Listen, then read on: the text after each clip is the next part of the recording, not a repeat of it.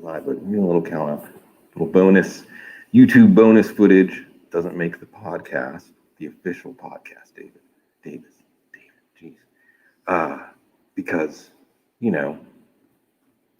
this is just production. Snippets on the cutting room floor. Let's go live. Why do the peoples need to know about Donovan Peoples-Jones? That and more this week on the couch. Davis, Mattek, why? Why Donovan Peoples-Jones to open up this momentous occasion of us getting together? Well, a couple reasons. The first being Donovan Peoples-Jones, probably my most drafted player this offseason, doing all of our best ball things because he was just so cheap, and that's my type of guy, right? Very athletic, huge, fast, strong.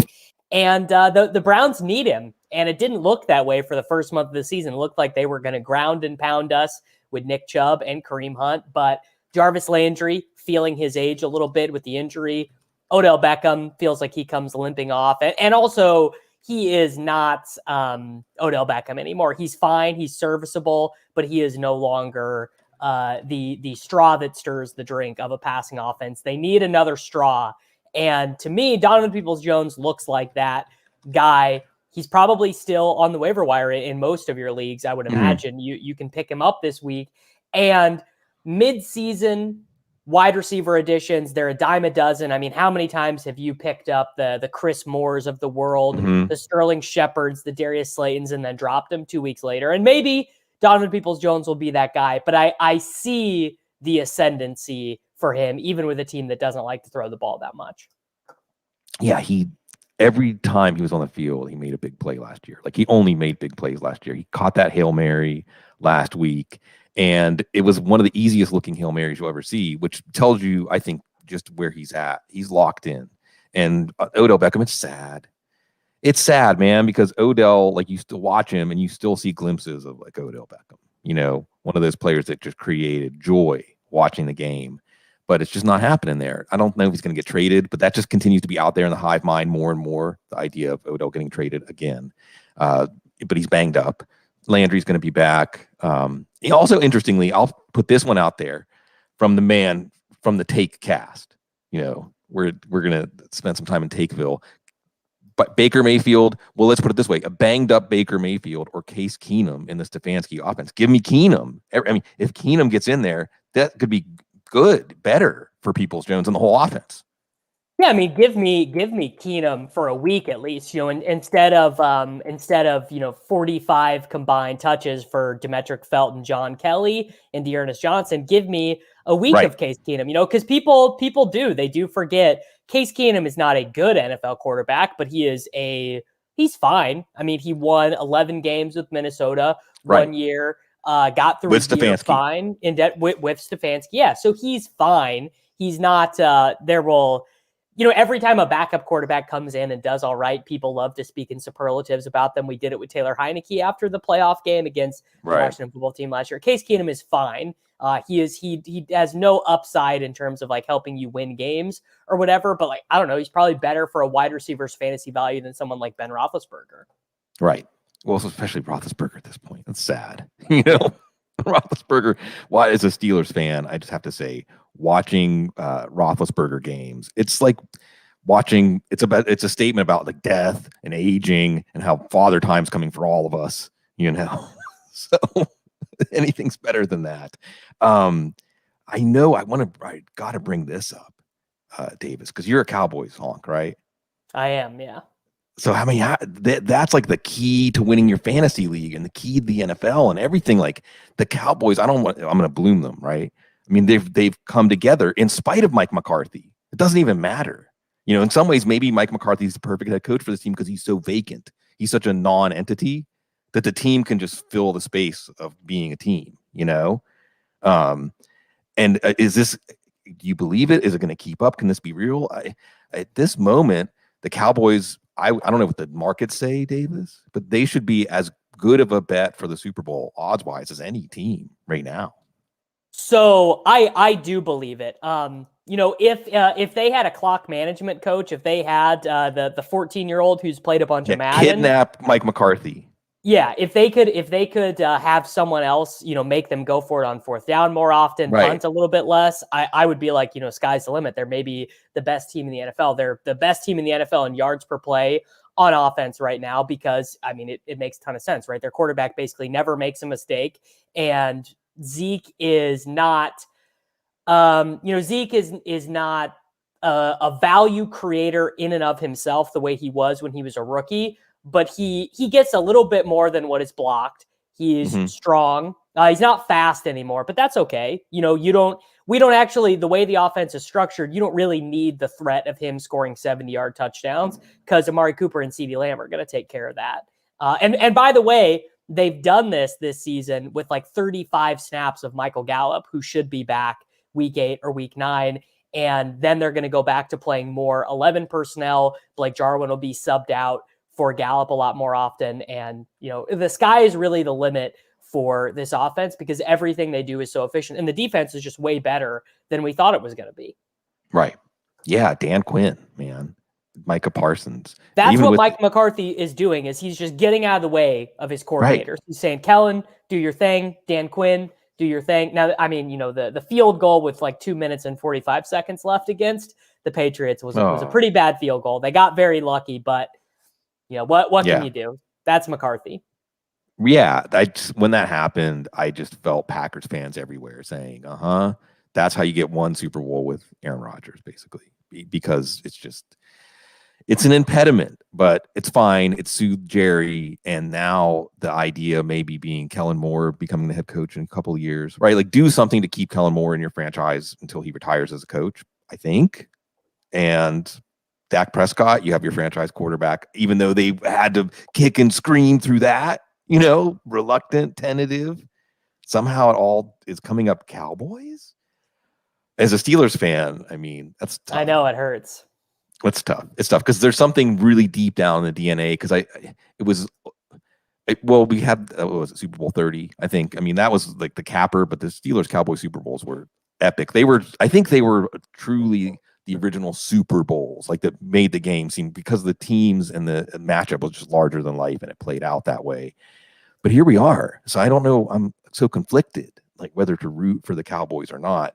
But then again, if we look at the state of their division, because that's the thing, right? Like the Cowboys look so pretty because Washington and Philly and the Giants are just such a mess, like a complete mess.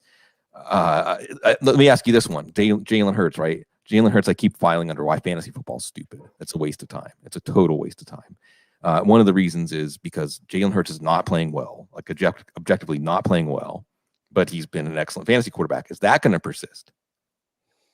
Yeah, he is going to continue to play well for fantasy, and this is a minority opinion now, but I also think that he will play better as an NFL quarterback because for a couple reasons. So the first is that I think it is inarguable that Jalen, and I don't step into this part of analysis all that often, but he is the type of guy where I just feel like you put him in there and he just makes things happen. Game on the line, like he never sweats, right? And Jalen Hurts says, how many things does this guy overcome, right? Gets benched in these huge games. You know how many football players that just would have been it for them? You get benched for Tua in a huge spot and just mentally you never overcome that. He fights his way back, is amazing in Oklahoma, has to sit behind Joe Flacco in this so weird with Doug Peterson, and he's in and he's out and then he's benched and then he's starting. And then they jerk him around all preseason. Oh, we're trading for Deshaun Watson. Oh, we signed Joe Flacco. We trade for Gardner Minshew. Like, just mentally, that would have messed up a lot of other young quarterbacks. And Jalen, the guy has had a terrible game on Thursday night against the Buccaneers, and he's going to come out. I don't even know off the top of my head who the Eagles play the Raiders this week, and Jalen is going to come out and he's going to do his thing, and he'll have some passes where it looks like he can't hit the broadside of a barn, and then the next play he rolls out and shakes off a linebacker and throws a strike 65 yards down the field because he's not hyper accurate, which we know is a problem. But like I don't know, and it's kind of a homer thing, because he played at Oklahoma and stuff, but I just believe in Jalen Hurts, and I believe in guys like him. Like, for me, right now, if I could have Tua or Jalen Hurts to be my quarterback, given what we see these quarterbacks do in the NFL, you know, these young, hyper athletic guys, Josh Allen, Justin Herbert, like I'd rather have a guy that's just a crazy athlete with that unreal arm strength than someone who's more of a technician like Tua. Yeah, Tua, man. And it's interesting. They're so tied together. I love stuff like this, Davis. Jalen Hurts and Tua Tagovailoa's careers are completely tied together. You know, I mean, they've taken on, and they're in each other's gravitational pull. You can't think of one without the other. And I just want to go back over one thing you said about Hurts, that yes, he was benched for Tua in the title game, and it was in the Mercedes-Benz, whatever they call it, in Atlanta. And then he replaced Tua when he got hurt against Georgia, same stadium, and did it win. And then this year, the year that's going to define his NFL career, he opened in that same stadium against Atlanta. Oh, I didn't even think about that symmetry. Yeah. And he looked good, but it was Atlanta. So that's the thing. Good spot for Tua. Good spot for Tua in that same stadium. Exactly. Is coming up this week. Yeah. With Tua and with Hurts, and I like your optimism. I mean, the thing about Hurts is he's somewhere on that continuum where like maybe Tim Tebow's at the bottom end of it. Colin Kaepernick is like closer to the top of it, where it's really hard to have an offense that has like rhythm and execution around the process of the quarterback. You have to be a very good head coach and a very good offensive coordinator to get the best out of guys like that, because just asking Jalen Hurts to have a perfect on-schedule offense inside of the rhythm of like normal West Coast offense. I love Jalen Hurts. I don't think he can ever do it. That's why he was a second-round pick. That's why he was a second-round pick. And offensive coaches and coaches in general, but offensive coordinators, play callers, play designers, the playbook authors, they want their fingerprints to be on things because, I mean, they should believe that they can give the offense an advantage. But the best ones craft something to the players they have instead of their system or their concepts. And like you said, with Hurts, you have to abandon the advantages you can get from your concepts and your route combinations and things like that, pre-snap reads, and that's hard to give up. That's why Kaepernick, there's a whole minefield of things to talk about with Kaepernick, but still, I mean, even at the end, he was a limited quarterback in terms of what you could do offensively. And Hurts is on that same part of the continuum. I don't think we're not going to see Hurts have a Josh Allen kind of transformation at some point. That's not in the cards. No, I don't think so. But Sirianni can meet him halfway. I mean, look, I'm not impressed with Nick Sirianni so far. Yeah, that's been the big problem. Right. Is they looked like they had it figured out in the Falcons game. Really low average depth of target. Let him run. Do the RPO type stuff, and then against Tampa Bay, it was like it was all gone. It was like they were just asking him to be Case Keenum against Tampa Bay, and like that's not going to work, dude. No, it's not going to work. And on Tua, I just want to say this: I don't even know what to think about Tua because you could see. Like, unlike Hurts, you could see Tua in the rhythm of the plays and, pulling the ball out on the RPO and putting the ball in the middle of the field in stride. You know what I'm saying? In sync with the way the plays are supposed to work, right? But then on the final drive of the game against the Jags, they have him handing the ball off. Like, huh? That doesn't make any sense, especially when you're 1-4. Like, this season is about finding out about Tua. Like, forget it. You're not doing anything this year, Brian Flores. Find out what you have in Tua. How are you going to find out if you're not letting him make plays against Jacksonville? Like, you build his So, I mean, that's another one. I'm not that impressed with Brian Flores now. I keep thinking of Sashi Brown and having the pieces in place for the rebuild, but not the people to execute the rebuild. And with Tua, there was something they said during the broadcast, Davis, and I just have to run this past you. I felt like it was one of those things that I'm not quite sure how to use it to unlock Tua, but it gives me a bad vibe when I think about it. They said that he does everything else right-handed except throw the football because his dad wanted him to be left-handed. That just doesn't feel good. You know what is so weird? I was watching him in that game, and I just thought and I couldn't tell if it's all left-handed quarterbacks look weird because your brain is so used to watching the quarterback drop back and turn their shoulders to the right, and it looks so uncomfortable to watch a quarterback drop. Like, because even the camera angle, right? The camera angle is always on the near side of the field or whatever, the way it's brought. It's never from the far side of the field. So you're used to seeing the quarterback's back. And so it's weird to see him. But yeah, there is something weird about his throwing motion and his delivery. And it's odd. Like, what is the advantage of being a left-handed quarterback? Well, that's the thing. Like, what you could imagine with pitching, like if you want you're going to be a left or basketball even, there's an advantage because guys expect you to go right. Yeah. And you get into brain mapping and stuff like that. Like it might be too late. Anthony in the chat room said he should just go back to throwing. You makes you wonder how good of a quarterback he could be if he just threw right-handed. But there's just something about Tua. I mean, I wanted to buy in because it just felt like he was a quarterback of destiny. If you know his story, I mean, really, it just felt like one of these one in a million kind of things in a way. But then you see how there's a limitation, I think, because there's been so much focus on him. I do radio spots in Hawaii occasionally. It's great. There's a great football culture in Hawaii. People don't automatically associate that unless you watch the Pro Bowl a lot as a kid. You don't associate Hawaii with football, but there's great football culture there. And the Hawaiian quarterbacks, Marcus Mariota is another one. Like there's a big emotional investment. And, we'll see. I don't know if Mariota is going to get another shot, which would be kind of sad. Speaking of Mariota, I want to go to this, right? Because I think I might have alluded to this. I don't know. Is there a chance, Davis, that John Gruden getting fired or resigning or whatever it officially was, ignominiously leaving his post, will unlock this Raiders team? Like based on what I know it's the Broncos, okay, and the Broncos are a total counterfeit 3-2 team coming into that game, but Derek Carr looked confident, right? And Gruden is notorious for being fickle with his quarterbacks. Speaking about like playing mind games with the quarterback, right? And the defense played well, and the team just seemed to have like a weight lifted from them. Or am I just reading too much into this? I mean, it's probably hard to say. My hope would just be that whoever is calling shots there and calling plays gets the ball to Henry Ruggs more. That's really all I care about as it pertains to the Raiders. I don't care about Drake and Jacobs and Barber. I don't even really care about Derek Carr, who like every season Derek Carr will have like a good 4-game stretch and people will think he's finally turning the corner and he's like 30 or 31. It's like, it's never going to happen for Derek Carr, but literally all I care about for fantasy football. Well, Waller getting targets would be good, but Ruggs is what I really care about. I want Henry Ruggs to be a useful and productive NFL player. That is what I want. And you saw evidence of it last week because there was one of the throws that Derek Carr made him downfield was like a Russell Wilson throw, right? It was like, there's someone bearing down on me. I know that I can't set my feet and throw it to a spot. I know that I'm going to get hit. I know I'm just counting on my guy to like run to like track the ball. It could have been Tyler Lockett on the other end of it, and Ruggs did it. And I just felt like dial those up now, like 6, 7, 8 times a game, because Carr is too tentative. But if Carr is willing to stand in, stare down the barrel, Ruggs is going to make him look good. It builds on itself, right? Like a feedback loop. More, and then you mentioned Darren Waller. Why not Josh Jacobs, who's now starting to look healthy too? Then you have this offense start to come together.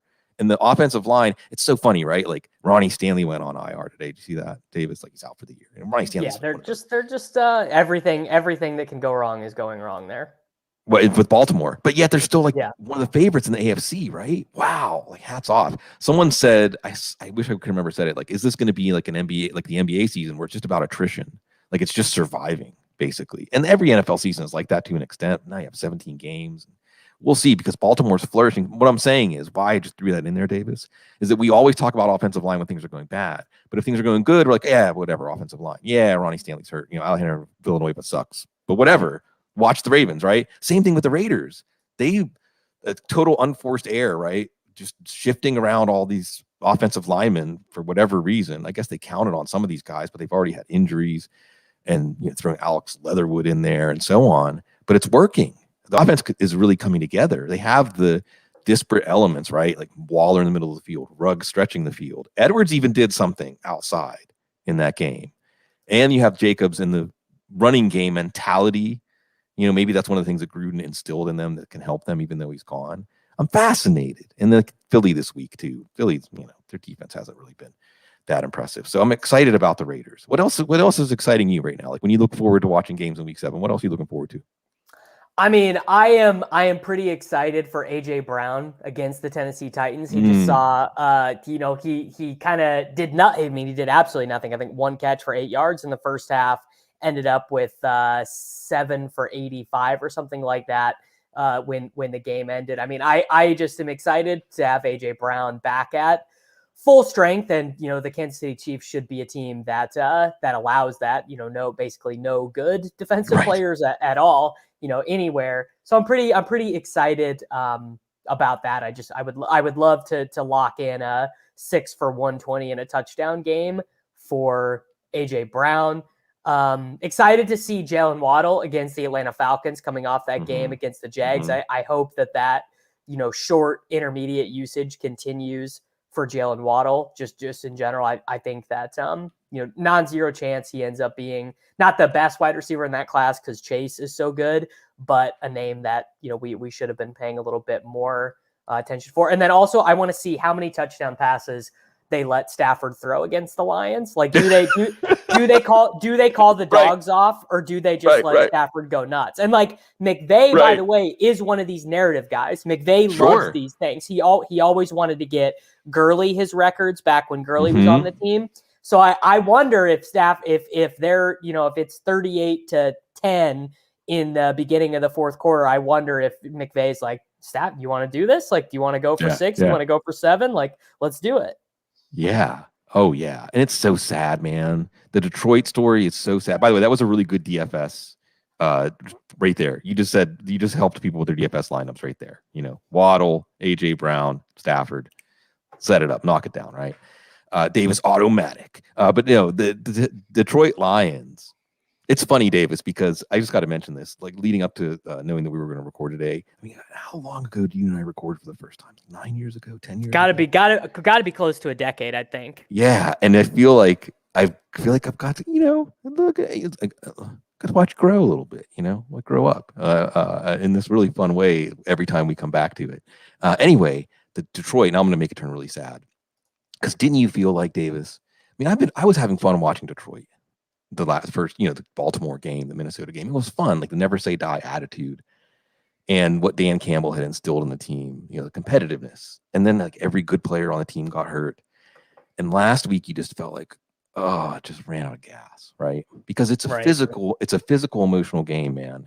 And it's hard to go out there and bring it when your team is just going to get their face rubbed in the dirt, And you just felt that. And and it was interesting too when Dan Campbell said that Jared Goff has to step up, and you saw him pause and really understand what it meant for him to say that, and he meant it. It's really still a compelling story to me to watch a team where the coach cares about the players so much, and the players must care about the coach too. That's like Brandon Staley, right? I love watching everything around that story, everything around that. And we're going to see about Kevin Stefanski. You mentioned this, we alluded to this, talking about Case Keenum, et cetera. Like, can he morph this offense into a pass offense because of the issues in the running game? Also, Conklin's hurt, Will's hurt. Like, can he roll with the punches here? As man, that team's been through a lot already. You mentioned Tennessee. You had a big game last night, Tennessee and the Bills. Huge game, yeah. And I have to say, like, again, I eat my words. I feel like this has been the most wrong year I've had in fantasy football and football takes in general ever. But people are nice to me, I guess, so I continue to have a platform. That's why I bring on smart people like you, Davis, so that there's a reason to listen other than me babble on. But the AFC South just looked miserable the first 3 or 4 weeks of the year, right? I mean, it looked like by far the worst division in football. And now Indy and Carson Wentz, they're starting to rally. Tennessee with Derrick Henry, Tennessee with Derrick Henry now, when we look ahead to the playoffs, if they can make the playoffs, it's like a boxing match where even someone's not the best technical boxer, or they have flaws and they take punches, they have the knockout punch, right? So you can't count them out against anybody. I mean the defense is a problem, right? They're giving up 30 to every good and getting worse team. And getting worse. The weird thing is that so Henry is obviously amazing, right? No one is like, I got nothing bad to say about Henry. He's iconic at this point. He's already Davis. He's already like in football Mount Rushmore. Like, he's a Mount Rushmore player in the sense that there's been one and only one like him ever, and there'll only be one ever. Like, that's it. There will never be another Derrick Henry. To me, in my lifetime, it's Derrick Henry and it's Jamal. I'm 29. Derrick Henry and Jamal Charles. I don't even think Adrian Peterson, even in Adrian Peterson's pomp, I don't think he was ever. And I watched Adrian Peterson in college. Right. I watched Adrian Peterson for a long time. For me, he was never this, in my opinion. You people can disagree if they would like, but the key to the Titans being a team that can win anything was Julio Jones and AJ Brown being way better than, Or Corey healthier. Davis. And and they both have been injured. Neither of them have done it. I believe AJ Brown has like 150 yards on the year. Julio has done basically nothing outside of, he had one game and one negated touchdown catch. But I think that for the Titans to be a serious anything, those guys have got to get healthy, and sounds like Julio is going to miss at least another week now with a hamstring injury, and maybe that's just going to be the story of Julio Jones. And that's a guy. He's almost, I think he's 33 now, so maybe that's just it, and we've seen the last of him, and it was not a great pick for the Titans. But I think it was a move that if they were serious about winning the division, making it to a conference championship game, they had to do it. They had to do something. Yeah, a total narrative street, but I've said this so many times on the show, when the iconic franchise player gets traded coming off of an injury-riddled season, sometimes that means like that's just it, and we'll see. I hope not. But AJ Green, we're having a little bit of a renaissance in Arizona. Speaking of renaissance, like that's fun. That's a refreshing story. That's a refreshing team, man. There's your Oklahoma. That's awesome. I got to mention that since you mentioned Oklahoma and the Cowboys, we're staying regional. You're like Kansas City area, right? Kansas City for a long time. I live in St. Louis now. Oh, okay. Well, wow. It's funny because I had Pat Doherty on and we were talking about, is there, so I can ask you. Oh, yeah. We live right by each other. Is there like because I asked him, like, because I talked about Pittsburgh and Philadelphia. One of the things I feel like I want to do with this show now is give people a chance to talk about like where they're from or where they live or something geographically that's special or their connection to it, because every place is special. It has something to love or be proud of. But I mentioned, because Pittsburgh and Philadelphia, like there can be definitely, especially with Flyers, Penguins, like bad blood, because they're different. It's different. It's the same state, but it's different. They're different places. When I asked him about St. Louis and Kansas City, he was like, he said, well, St. Louis was more in the inferior complex of Chicago, and not really as concerned. St. Louis does not concern itself with Kansas City at all. St. Louis just wants to be as good as Chicago, and of course, it's not. It is. What about Kansas City? So what's Kansas City like? It's in its psyche. To me, Kansas City it's my favorite city. I loved it. It has Kansas City has all the elements of like you like to live in the suburbs, you can live in the burbs, but you're 20 minutes from downtown. You're 20 minutes from anything, right? And it's got the Chiefs, it's got the Royals, all big, pre-COVID, all the big concert tours would stop by. So if you're really into live music, they would all stop by. We have not a big airport, but our airport is a hub for Southwest, so it's cheap to fly anywhere out of Kansas City. I love living there, but I would say Kansas City's inferiority complex would more be actually from coastal people, like thinking that it's just a cow town, right. whereas St. Louis is more preoccupied with like, we're as good as Chicago, right. which of course it's not. Right. Kansas City, I think of like the Kansas City mobsters running things on the coast from Kansas City, but that's a whole different thing. But I just got to mention, because you said Kansas City defense, and they still have the Honey Badger, they still have Chris Jones, and I just got to mention Tershawn Wharton's interception last week. Like the David Tyree, like it was anytime the big men get interceptions, like that they have no business getting. That's exciting. Now Zare, who I love seeing him show up to compliment that he wants to spend time with us. He said he strongly disagrees with the Peterson take. He overcame so many offensive inefficiencies and still shined. And look, I'm not going to take anything away from Adrian Peterson. And one thing about Adrian Peterson is he's kind of reminiscent of Jim Brown. What I mean is that they ran in this way, like they were incredibly physically gifted players, but they also ran with this seething intensity, like anger almost, But here's why Derrick Henry even has a perch atop Jim Brown, when of course people who were around for Jim Brown probably say you're crazy. Although remember, Jim Brown was a better lacrosse player than football player, believe it or not. Look it up. But Derrick Henry, what was everyone saying about Derrick Henry last night, Davis? Like nightmare. Like it basically, like what would it take for you to stand in and try to tackle him? Like he's that deep in our psyche. Like we're going to have nightmares about the idea of like Derrick Henry's coming at you and you have to tackle him. How can you be more respected than to be that feared? I think that people can see that. So that's why I want to say, I'll push back on the iconic running backs, but these are the fun takes. Now we're almost like in Skip Bayless territory, so I should really stop. I meant no disrespect or shade to Adrian Peterson. I'm just saying for me, like I of course I remember the season that Adrian Peterson came back from his ACL and he ran for 2,000 yards and everything, but just like in turn, like players, I would when my kids start watching football, and my old crotchety self being like, they didn't play it like how when I was a kid. It would be Jamal Charles. Jamal Charles to me is the top of skill position player, Mount Rushmore in general. But Derrick Henry pretty close. Well, Charles, what was really fun to watch with Charles, because he was only a 3rd-round pick. At Texas, you saw that speed, right? When his hips got on the rail, like forget it. But he didn't necessarily have that edge that you knew the NFL, everything was going to get tighter, everything was going to get more physical. Was he going to be able to just be a sprinter? And no, he needed to have that physical edge, and he developed it, and then it was special. The over 5 yards of carry thing is evidence that something that very rarely happened with Jamal Charles. And some of those teams were terrible. Some of those Chiefs teams were just they were not good. Of the pass at all. No threat of the pass at all. And he was doing it, man.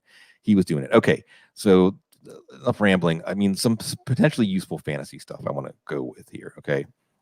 Because one of the things I'll do, Davis, here's the big secrets, right? When I lift the lid, like I'll just stare at the schedule grid. I'll just stare at the schedule, look at each team, and sometimes things will just pop out at you, and you wonder. I wonder about these things. I'm going to serve some of these up to you and see what you think, right? So, like, I wonder about Jameis Winston. Why do I wonder about Jameis Winston? Let me tell you New Orleans schedule. Seattle, Tampa, Atlanta, Tennessee, Philly, Buffalo, Dallas, Jets, Tampa, Miami. Whoa. That's like cleared for takeoff. And I also am loving this it's God's plan thing. And I think that maybe Sean Payton and Jameis Winston are starting to jive now. You know what I mean? Like it took a little bit, it was a little turbulent, but it's kind of coming together. And maybe Payton understands Payton knows how to manage his quarterbacks, right? He made a quarterback out of Taysom Hill. Just that alone shows you can manage a quarterback. I'm excited. Should I be excited? I want to be excited. Like I wanted to be excited about Jameis, but the through 5 games, the Saints have thrown 140 passes. Yeah. Everyone else in the NFL has thrown at least 20 more passes. Some offenses have almost doubled up the Saints. So I just think even if Michael Thomas returns, which it doesn't sound like is imminent, sounds like week 8 at the earliest, probably more like week 9. I just think they feel like they can maybe get the second wild card if the NFC West cannibalizes itself and 10 wins gets it. And like you said, their schedule really opens up. And I think that they can do that, which is so weird for the Saints. We think of them as this high flying team, but they want to play Belichick football. They just want to run and play good defense and win games 17-10. Yes. Well, and that's definitely the way to keep it on track for them. And we'll see if the opponents they have, some of those games like Buffalo, Dallas, 2 games against Tampa, like, are they going to have the ability to do that? And then what happens if you let Jameis Winston let it fly with Thomas back out there? And Thomas is still really good. It's been so long since we've seen him look good. He's still a really, really, really good football player. Traquan Smith should be back. We'll see. Alvin Kamara is still like the man. Talk about seething intensity. So that was one that struck me just because, especially that's like Tampa, Atlanta, Tennessee, Philly stretch. Like, whoa, I mean, the pass defenses there are all easy to pick on. Dallas, Jets, Tampa. I wish we could make it happen. I wish that we could get. I'm glad at least you hope it happens. Yeah. Yeah, I mean, I attempts. Is that too much to ask? I love Jameis. I love Tampa. Like the last year, the 30-30 season from Jameis was like magical. Brashad Perryman 3 touchdown game. Like I wish. Like sign me up. I wish. Yeah. No, I hear you, man. I wish too. You already mentioned the Rams, by the way. Folks just need to know that Rams are going Detroit, Tennessee, Houston. Whoa, man. It's crazy over their next stretch. Darrell Henderson. Like seriously, Darrell Henderson may be a running back 1, like top 10 running back or top 6, top 8 in our midst. And we just like Leonard Fournette, I think people are waking up to Leonard Fournette's actual value now because there ain't many fantasy running backs you can start every week and feel good about. And Darrell Henderson's one of them. And Darrell Henderson might go on like a multi-touchdown tear. Darrell Henderson's going to finish as like the running back 8 and people are like not going to realize until the end of the season how good he was. Yeah, totally. Vegas, since we already talked about Vegas and I'm buying into this ding dong, the witch is dead thing with Gruden. Philly, Giants, Kansas City, who they know how to handle, Cincy, Dallas, that's going to be potentially fun, Washington, Kansas City, Cleveland, who knows what Cleveland's going to look like by then, Denver, and then Indianapolis. Like, I don't see any defenses there, really. Is there one good defense? Is there one even like mediocre defense in that list? No, but the problem is just that the Raiders, like, I know. well, I Well, guess they're the we can't Raiders. say. I guess we can't say because we don't know their organizational direction. But just with all of the tools they have in their skills, like, they're just one of those offenses that doesn't want to be exciting. They don't want to play fast. They don't want to play high volume. They want to control the ball and limit their defensive exposure. Yeah, it's like, just like walk down this fantasy lane with me that John Gruden hired a bunch of adults, but it was not really an adult. And now that he's not there, all the adults are like, now we can actually get to work. Maybe, I don't know. Let's see. What else did I see when I was looking at the schedule? The Colts after this week against San Fran, that's Sunday night. They get Tennessee, the Jets, and Jacksonville. And, they did what they were supposed to do against Houston. They look like a good offense. Jonathan Taylor, he's doing it. I mean, it's because he's doing it. Yeah. Yeah. I mean, it's the Colts. And the thing is, he's actually getting the Nick Chubb workload that wasn't necessarily factored into his price. We thought 80% of the work, kind of 75%.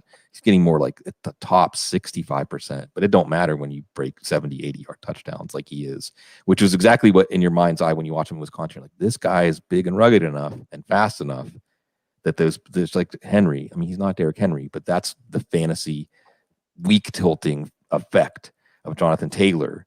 And against Tennessee, the Jets, and Jacksonville after this week, it's probably going to keep up. Yeah, he was pretty close to making us not happy against Houston. He had 2 carries in the first half. And it was about to be one of those all-time head scratchers. Like, how does this guy not get there? And then, of course, ends up having the huge second half. But I don't know. I just am out on the Colts. Like, yeah, Jonathan Taylor and Michael Pittman. Right. But in terms of hoping that T.Y. Hilton reemerges, even like Mo Alley Cox, Ashton Doolin, a deep dynasty sleeper guy that we like. I mean, Wentz is just terrible. I mean, he's just not any good. So maybe, and the Colts can maybe even win the division because I don't really believe in much of anything that Tennessee has going on, and Tennessee might stall out at 8 wins, and the bottom of the division is so bad. But yeah, Wentz is just not it. It's just really not great. Eric Stoner, the world famous Eric Stoner, says Wentz is not an answer. We'll see. I mean, at least he may look like an answer against that schedule, and then we'll see when they get to the playoffs. But they probably would be better off with Phillip Rivers, like right now, Phillip Rivers, when the playoffs do come around. One other schedule thing, real quick, because another thing that has happened that I feel like hasn't totally been noted is that Aaron Rodgers is back to that Jameis Winston zone you were talking about, right? I bet you Green Bay is one of the teams close to New Orleans. We said, no other team has thrown fewer than 20 more than the Saints. I would imagine Green Bay's in that next pack because some of these games you're seeing Rodgers throw the ball like in the 20s in attempts. It's not an Aaron Rodgers centric offense. It's the compromise, right? It's the great compromise. Although you did love seeing him, or I at least loved seeing him, like getting into the hole, whatever. It's Packers Bears, one of the NFL rivalries. Like, yeah, get into it. That's good. It makes all that stuff from the offseason seem like forever ago. He's engaged. He's into it. But they have a schedule coming up. Washington this week.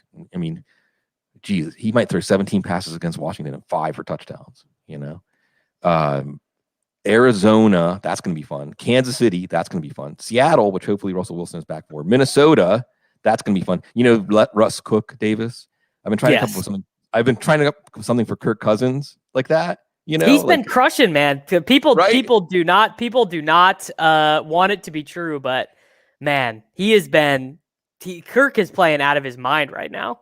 Yeah, and so I came up with let Kirk drive the tractor, or let Kirk put the Christmas decorations up. I don't know, just let him play. They did last week, and that could be a fun game for sure. And then the Rams, that's another fun game. So I guess what I'm trying to say is I see a potential stretch where Aaron Rodgers might be throwing more of the offense could be on his shoulders. Aaron Jones is very good too, by the way. Don't forget about him. But I wonder if the attempts are going to go up, the numbers are going to go up, because Aaron Rodgers is still playing pretty well.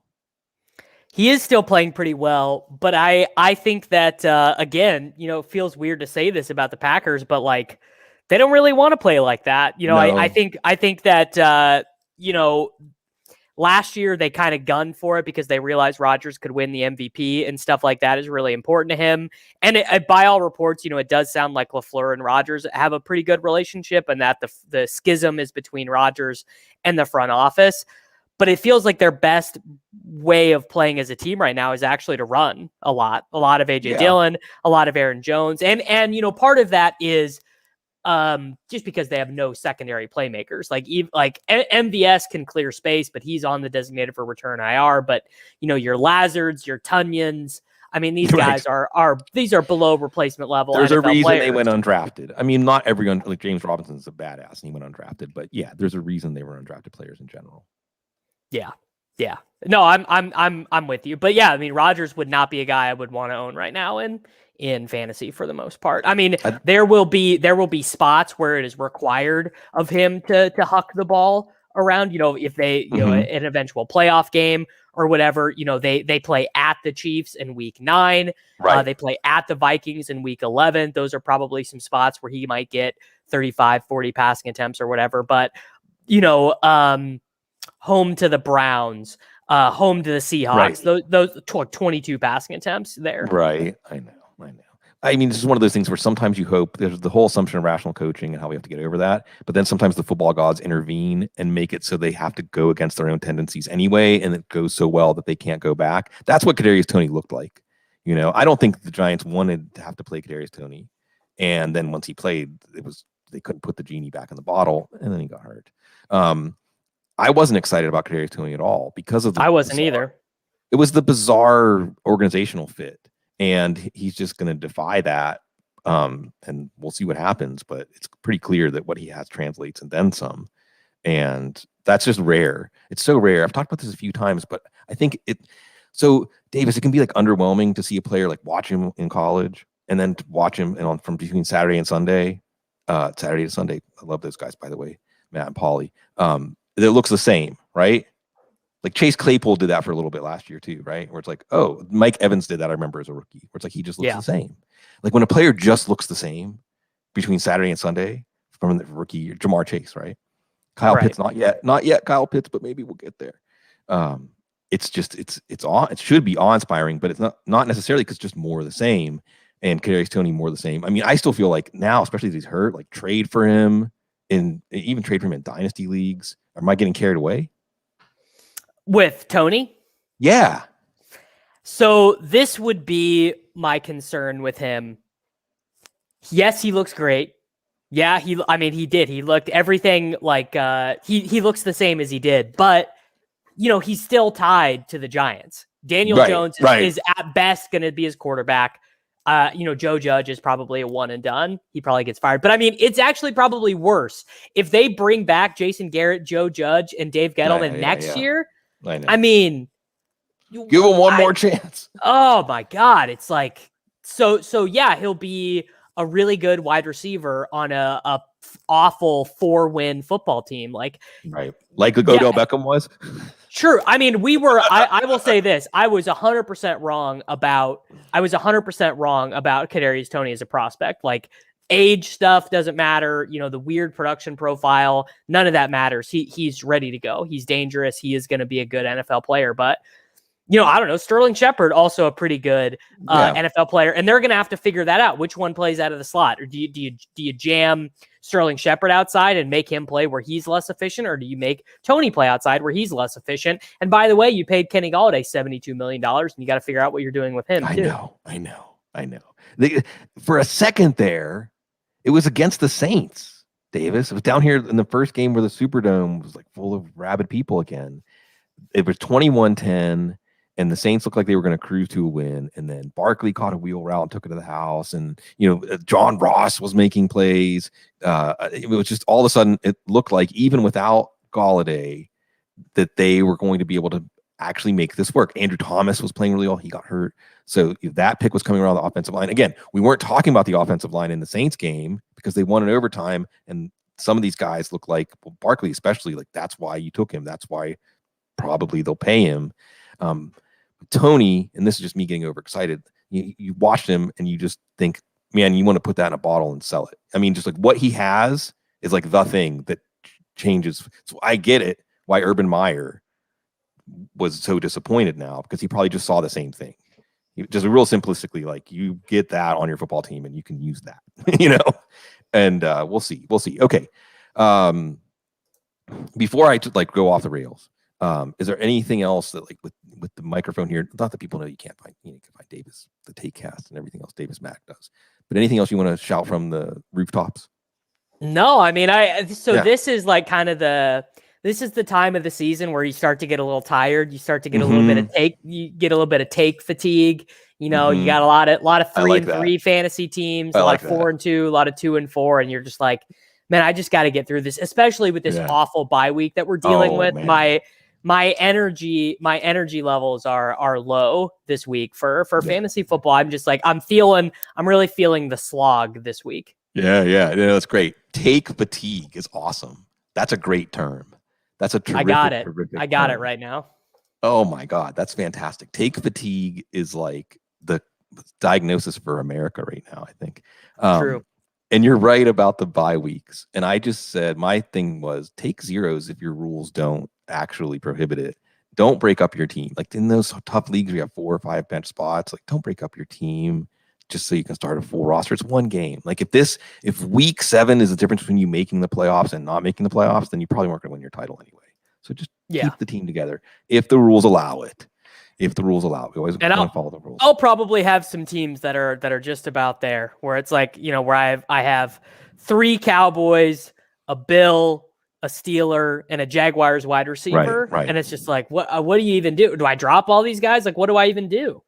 Yeah, well, the real shark take here, Davis, the Machiavellian take is exploit people that may trade players on bye, or maybe some players that are hurt, because they're so averse to taking a zero. You know, look for those people that are lined up for that and see if you can take advantage of a bad psychological spot they're in and they give up somebody on bye that they shouldn't. And there's plenty of players on bye that you want to trade for this week. You never know.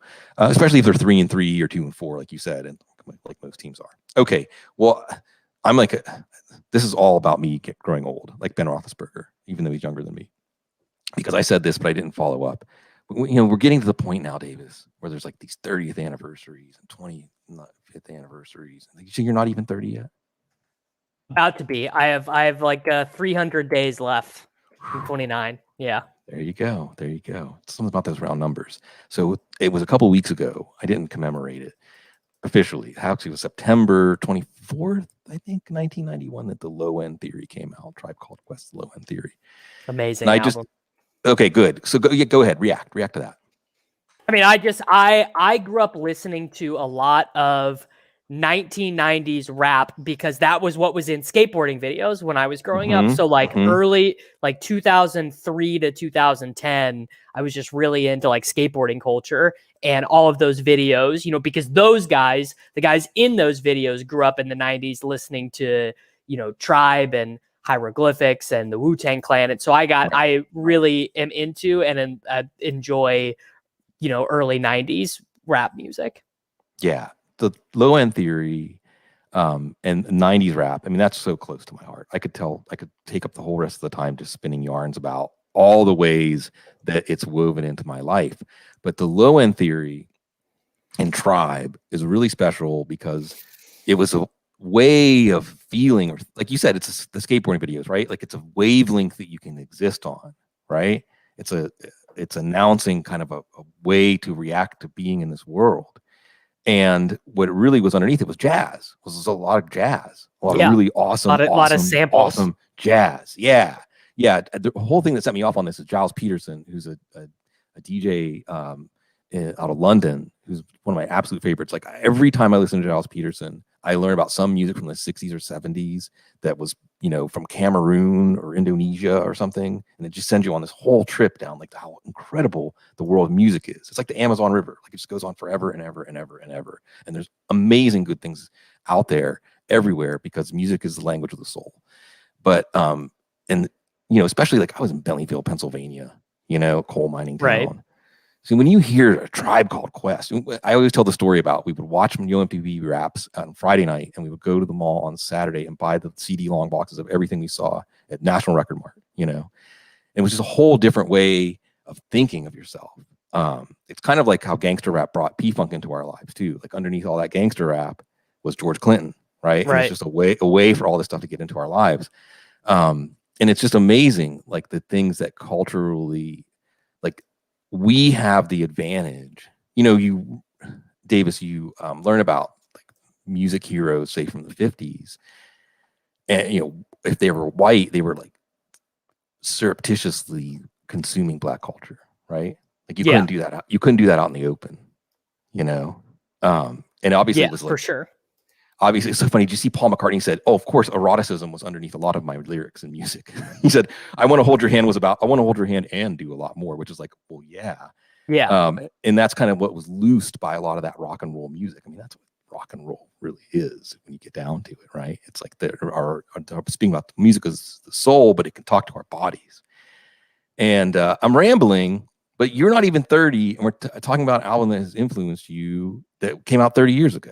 So it's good. I'm not that old. Came out before I was born, but I might even have that one on vinyl. I'd have to go look because that's in vogue, like new music that comes out, they put it on vinyl, which is amazing. I'm going to make my vinyl speech. I might have even made it with you before, but the vinyl speech is it turns music listening into a ritual. You slow down. You anticipate it when the needle hits the record. The art washes over you more because it's nice 12 by 12 art. Now they have all these colors and materials they're making them out of. Yeah, the colors are. I just got a box set. They put out Faces, the Mac Miller mixtape on vinyl for the first time, and it's all on different colors. Every disc is like multicolored. It's amazing.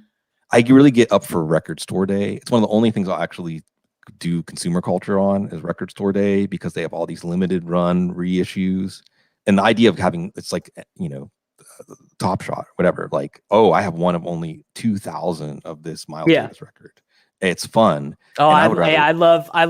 That's always what I go to when we go to the record stores is just dig through the old jazz bins and see Miles Davis and Coltrane, just whatever they have. Because you'll find amazing stuff that probably was the original print from 40 years ago. Oh yeah, $3.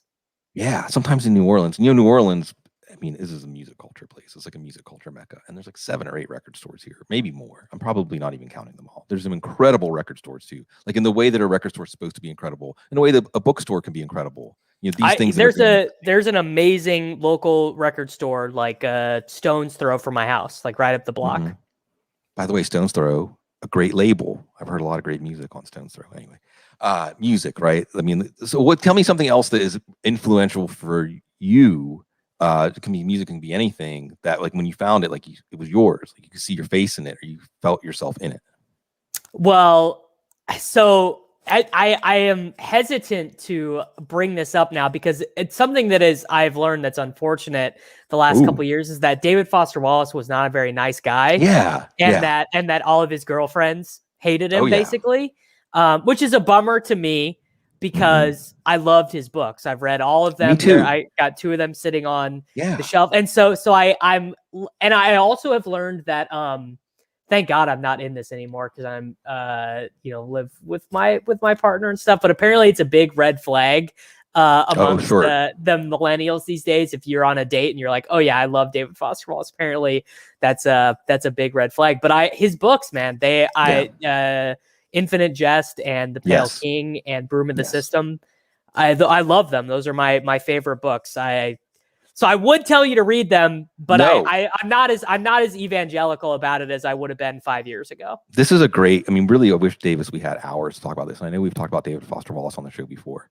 In this idea of people's work and then their personal flaws and misgivings and misdeeds and how do we deal with that?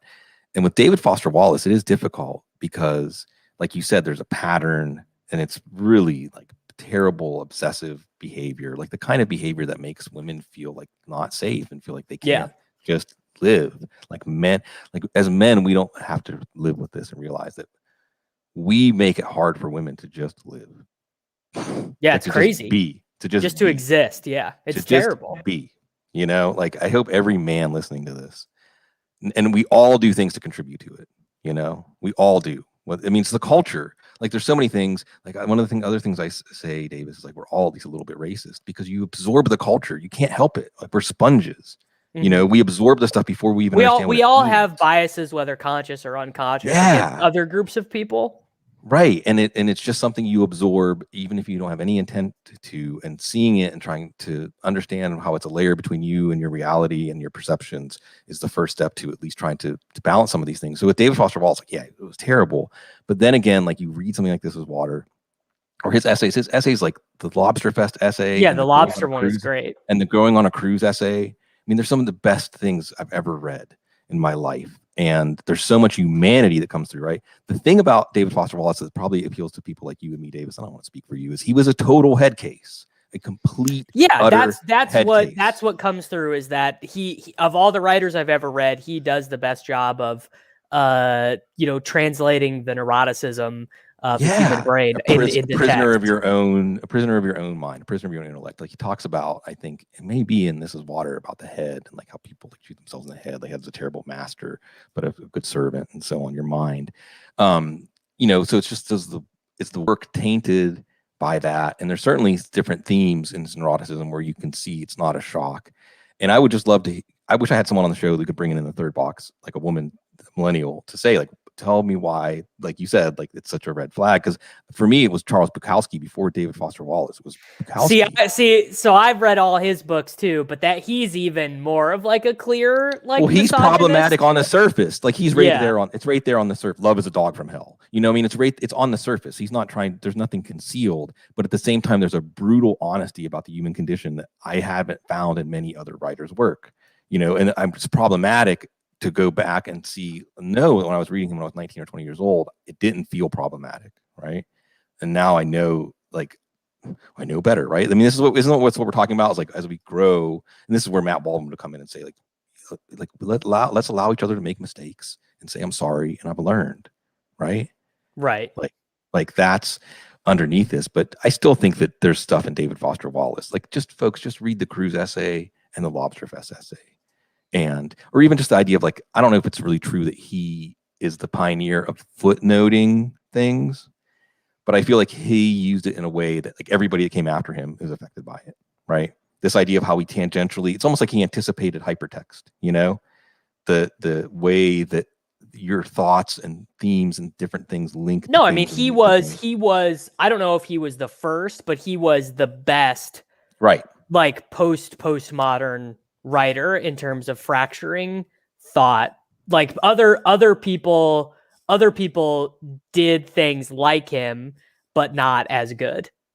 Yeah. So I get it. I mean, I definitely get it. Believe me, I have David Foster Wallace. Absolutely. I've shared This Is Water with so many people, and that's the other thing I think from his collection, there's nothing problematic about the sentiment in there. And again, it's that honesty. I love the way he starts that out with like, I'm not here to tell you anything that's going to unlock the secrets of the world. Life kind of sucks. For most of you, it's going to kind of suck. And boy, it gets worse. That's the other thing I want to say before we sign off to everybody out there listening. Because more and more, again, as we were talking about before the show, Dave, it's like, man, there's a lot of great fantasy football people out there. Like you don't have to come here for fantasy football. There's probably people that are way better than me and as good as Davis out there. But we keep each other company. I think everybody feels more isolated now and more lonely. And life is getting harder for most people. Maybe not people that are smart like Davis and know exactly like where the puck's going to be with like crypto and all this stuff, because you're with it. No, I'm just saying. It's my life raft, man. It's going to be the only thing that keeps me from indentured servitude 30 years from now, I think, probably. Who are we going to be serving? It's big business. Amazon and Google, man. Yeah.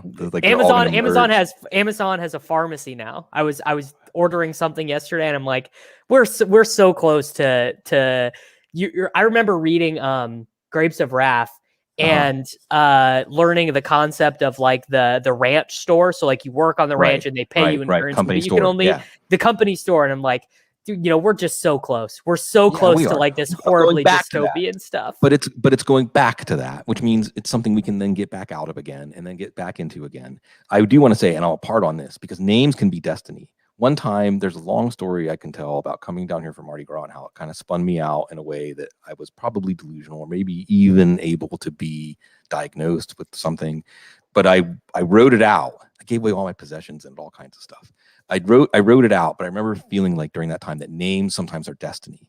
And I saw Amazon.com and it was a bookstore. I thought, what does Amazon have to do with books? And it's all clear now, Davis. It's all clear. It's the Amazon. It is Yeah. the Amazon. It's the second time, our second Amazon. I'm living on the Mississippi. We're talking about St. Louis, the Mississippi River, the great rivers. Old man river. I'm not that old, and neither is Davis Mattek. Folks, we love getting to share time with you and headspace with y'all. And it's a great privilege to serve you and this fantasy football thing, this whole world we're in, that you let us do this. So we hope we continue to bring you something worthy of that time and attention you give us, because you're so very classy.